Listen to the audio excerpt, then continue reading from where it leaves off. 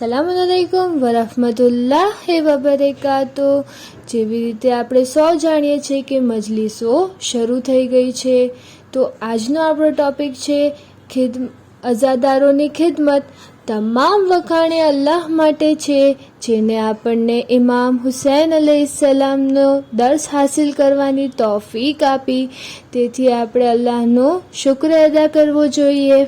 જેવી રીતે આપણે સૌ જાણીએ છીએ મજલિસે અઝા શરૂ થઈ ગઈ છે, માહે મુહર્રમના દિવસો છે, તો આપણે મજલિસમાં જઈએ છીએ ત્યારે આપણે આવનારા અઝાદારોની મદદ કરીએ, તેમને ન્યાઝ આપીએ, તેમને સહારો આપીએ, તેમના માટે જગ્યા કરી દે, તેમના માટે પાણી લાવી દે, અને જે પણ આપણાથી બની શકતું હોય તે આપણે અઝાદારોની મદદ કરવી જોઈએ, હેલ્પ કરવી જોઈએ।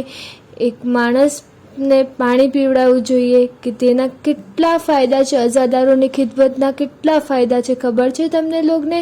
ચલો આપણે આજે એક સ્ટોરી જોઈએ। ઓકે, એક માણસ હતું જેનું નામ હતું હાજી અબ્બાસે ભિષ્ટી, જે કરબલામાં રહેતા હતા, અને ઇમામ હુસૈન અલૈહિસ્સલામના હરમમાં જે પણ અઝાદારો આવે ને તેને તે પાણી પીવડાવતો હતો, હંમેશા તે લોકોને પાણી પીવડાવતો હતો, તેથી જ તેને ભિષ્ટી કહેવાતું હતું। હવે એક આલિમે દીનનો કાફલો લઈ ઝિયારત માટે જાય છે, અને જ્યારે કરબલામાં ઇમામ હુસૈન અલૈહિસ્સલામની ઝિયારત માટે પહોંચે છે ને, તો તે હાજી અબ્બાસે ભિષ્ટીને ગોતે છે, લોકોથી પૂછે છે કે અહીંયા જે હાજી અબ્બાસી ભિષ્ટી જે હતા, જે બધાને સહેરાબ કરતા, જે બધાને પાણી પીવડાવતા હતા, તે ક્યાં છે? તો તેમાંથી એક માણસે કીધું કે એ તો બહુ બીમાર છે, આલમે સકરાતમાં છે। પછી તે આલિમે દીન કાફલો લઈને ઘરે પહોંચે છે, હાજી અબ્બાસી ભિષ્ટીના ઘરે।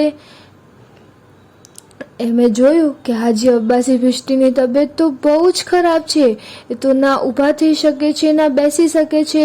પછી તે આલિમે દીને એક માણસના કાફલામાંથી કહ્યું, તમે ઇમામનો નોહો પડો, તેમનો મરસીએ પડો।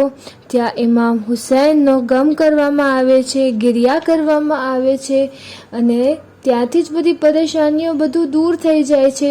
હાજી અબ્બાસે ભિષ્ટી જે ના બેસી શકતા હતા, ના ઊભા થઈ શકતા હતા, ના વાત કરી શકતા હતા, તે ગિરિયા કરવા લાગે છે। પછી એ કહે છે, અસ્સલામુ અલૈકા યા રસૂલલ્લાહ, અસ્સલામુ અલૈકા યા અમીરુલ મુઅમિનીન, અસ્સલામુ અલૈકા યા ફાતિમતુ ઝહરા, અસ્સલામુ અલૈકા યા હસન મુજતબા, અસ્સલામુ અલૈકા યા હુસૈન શહીદ। એમ કરીને તે 14 માસૂમીનના સલામ કરે છે, અને પછી તેની રૂહ જન્નત માટે મુફારકત કરી જાય છે। પછી આલિમે દીન પોતાના ઘરે આવી જાય છે। પછી તેમને સપનું આવે છે, એટલે કે એક ડ્રીમ આવે છે, અને એ આલિમે દીનને કહે છે કે હું અબ્બાસે ભિષ્ટી છું, કાલે મારી ફાતિહા ખાની થાય ને ત્યારે મારો આ મેસેજ બધાને આપી દેજો દુનિયામાં, કે દુનિયાની બધી ખેર અને બરકત ઇમામ હુસૈનના દર પર હોય છે।